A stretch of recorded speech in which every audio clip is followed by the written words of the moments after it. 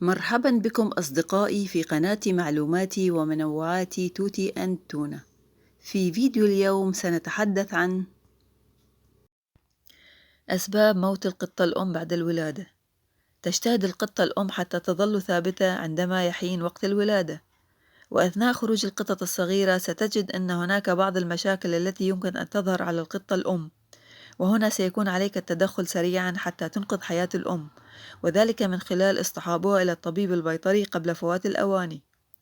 وفيما يلي سنذكر لك بعض المضاعفات التي قد تحدث أثناء وبعد الولادة عند القطط، وقد تؤدي إلى وفاة الأم. 1. حدوث انقباضات ممتدة بدون ولادة. إذا كانت قطتك تعاني من تقلصات قوية لأكثر من 30 دقيقة دون أي تقدم، فهنا سيكون الأمر خطر على حياتها، وعليك أخذها إلى الطبيب البيطري حتى تنقذها من الموت.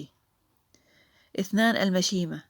عليك أن تعد كل قطة تمت ولادتها وعدد المشيمة التي خرجت معها، حيث يجب أن يساوي عدد المشيمة عدد القطط المولودة، وإذا وجدت أن هناك مشيمة ناقصة فهذا الأمر قد يؤدي إلى إصابة القطة الأم بالالتهاب في الرحم، وهذا الأمر قد يؤدي إلى وفاتها إذا لم يتم معالجتها سريعا.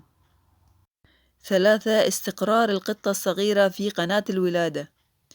أثناء الولادة ستلاحظ أن أغلب القطط تظهر برأسها أولاً، وهذا الأمر طبيعي، ولكن الأمر سيكون خطراً إذا استقرت قطة في قناة الولادة لأكثر من دقيقتين، فهنا سيكون عليك الاتصال بالطبيب البيطري على الفور، لأن هناك خطر على حياة القطة الأم والصغيرة.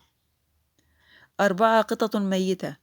إذا لاحظت أن القطة الأم ولدت قطط ميتة، فعليك إخراجهم من القطة الأم على الفور وإبعادهم عنها حتى تتمكن الأم من الاستمرار في ولادة القطط الأخرى، وإذا لم تقم بذلك فقد تتوفى الأم.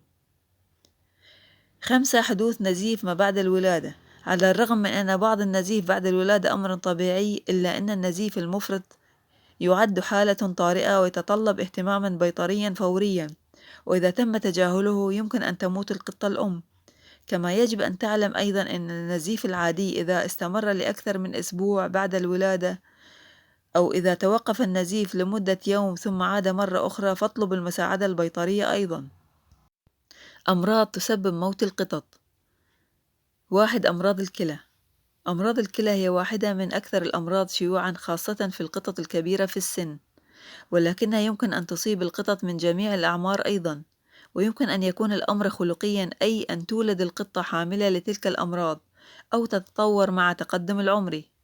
يمكن للقطة المصابة بأمراض الكلى أن تتلقى العلاج وتبقى بصحة جيدة لعدة سنوات في معظم الحالات، ومع ذلك فإن إهمال العلاج أو عدم التعرف على المرض من الأساس في وقت مبكر لبداية العلاج قد يجعل الحالة تتدهور كثيرا، مما يجعلها عرضة للوفاة. عادة ما يتم تقييم صحة الكلى من خلال فحص الدم السنوي عند الطبيب البيطري، وتأكد أيضا في جميع الأوقات أن القطة تشرب كميات كافية من الماء للحفاظ على رطوبة القطة وآلية عمل الكلى بشكل صحيح.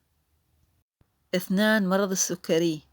تماما كما هو الحال مع البشر، يمكن أن تصاب القطط بمرض السكري كجزء من مرحلة الشيخوخة أو اتباع نظام غذائي سيء يسبب تدهور حالة القطة الصحية، بينما يمكن السيطرة على مرض السكري في القطط باتباع نظام غذائي صحي ومتوازن وممارسة الرياضة يوميا، فإن بعض الحيوانات الأليفة تتطلب جرعات منتظمة من الأنسولين، وذلك يرجع إلى أن أجسام القطط غير مصممة لإنتاجه من الأساس مثل أجسامنا، وذلك السبب الرئيسي في كون السكريات واحدة من الأطعمة السامة للقطط. 3. التهاب المفاصل. غالبا ما يتم تعريف التهاب المفاصل على أنه إحدى طقوس تقدم القطط في السن، وقد يبدون بطيئين في الاستيقاظ في الصباح أو مترددين قليلا في القفز إلى مكانهم المفضل على الأريكة وما إلى ذلك.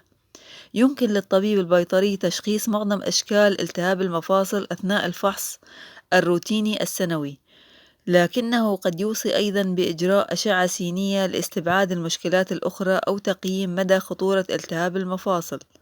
على الرغم من عدم وجود علاج لالتهاب المفاصل في القطط، إلا أنه يمكن استخدام المكملات الغذائية للمفاصل، وحتى علاجات مثل الوخز بالإبر للمساعدة في إبقاء حركة قطتك قدر الإمكان.